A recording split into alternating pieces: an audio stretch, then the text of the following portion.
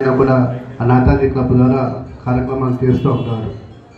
మరి గోపాలపట్నం కళా సేవాపీఠం ఏర్పడి 10 years అవుతున్న సందర్భంగా ఈరోజు అందరూ కూడా కలవడం చూసాను. చాలామంది అందరూ నాతో చదువుకున్న జూనియర్స్, సీనియర్స్, పోలీస్, మరి వివిధ తెలిసిన వాళ్ళందరూ పోలీస్ డిపార్ట్మెంట్ వారు కానీ, చర్చ్ మెంబర్స్, చాలామంది అందరూ కలవడం చాలా ఆనందం ఉంది.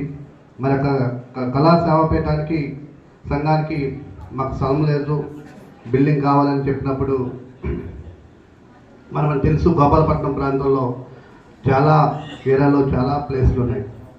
స్థానిక ఎమ్మెల్యే గారిని కూడా కలిసి ఒక రిప్రజెంటేషన్ మీరు ఇస్తే అది కూడా ఫాలోఅప్ చేసి, మరి నా ప్రాంతంలో మీరు ఉడాలేవట్లో మ్యారేజ్ హోటల్ ఎదురుగా చాలా ఖరీదైన 5-10 కోట్లు విలువ చేసే సైట్లో వినాయక గుడి మందిరం నిర్మించాం.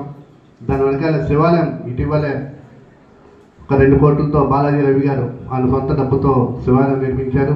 ఇప్పుడు కాళీమాత టెంపుల్ ఆ పక్కనే 3 కోట్లతో కలకత్తాలో ఎలా ఉంటుంది అలాగే కాళీమాత టెంపుల్ కడుతున్నాం. సుబ్రహ్మణ్య స్వామి గుడి కట్టాం. అలాగే హైవేలో ఎయిర్పోర్ట్ దగ్గరలో వినాయక మందిరం, మసీద్, చర్చ్ నా టర్మ్లోనే అన్ని దగ్గరుండి నేనే దాన్ని సపోర్ట్ చేసి అన్ని నిర్మాణాలు చేపట్టాను.